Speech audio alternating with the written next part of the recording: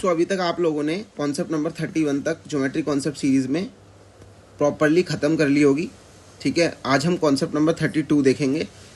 Concept number 32 हमारा बताता है कि एक सर्कल है, ठीक है, इसके अंदर से दो टेंजेंट को पास किया जाता है, एक ये और एक ये वाला टेंजेंट, ठीक है, और कॉमन पॉइंट पे ये दोनों टेंजेंट मिल रहे हैं पी पॉइंट पर। सबसे पहले हमें इस कॉन्सेप्ट में याद रखना है, या तो क्वेश्चन में आपको वो बताएगा ही बताएगा, ठीक है, नहीं बताएगा तो आपको ये याद रखना है कि अगर कॉमन पॉइंट पे मिलते हैं तो पी ए जो है वो पी बी के बराबर होता है, ठीक है, यानी ये पूरी साइड जो है ये इसके बराबर होती है।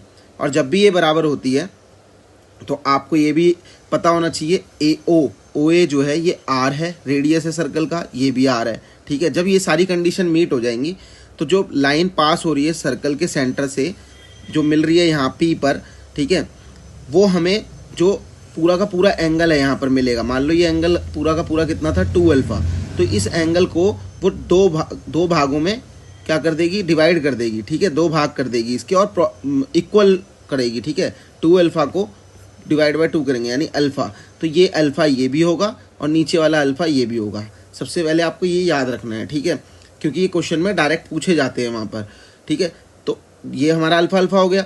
अब वो पूछेगा अगला कि भाई ये वाला एंगल बता दो ए ओ बी। अगर वो ए ओ बी पूछता है तो आपको कुछ नहीं करना, 180 ये लिखा हुआ देखो 180 माइनस 2 अल्फा, 2 अल्फा यानी ये पूरा एंगल लेना है यहाँ पर, ठीक है, पूरा का पूरा एंगल लेना है, ठीक है। 180 माइनस 2 अल्फा ये एक कंडीशन हो गई, ठीक है। तो एक ये मैंने बता दिया, एक एंगल ये मैंने बता दिया कैसे हो जाएगा ये पार्ट अलग अलग, ठीक है। अगला वो पूछता है कि एंगल ओ ए बी बताओ, यानी ये वाला एंगल बताओ, ये वाला, एक सेकेंड, ये वाला एंगल बताओ, ये वाला।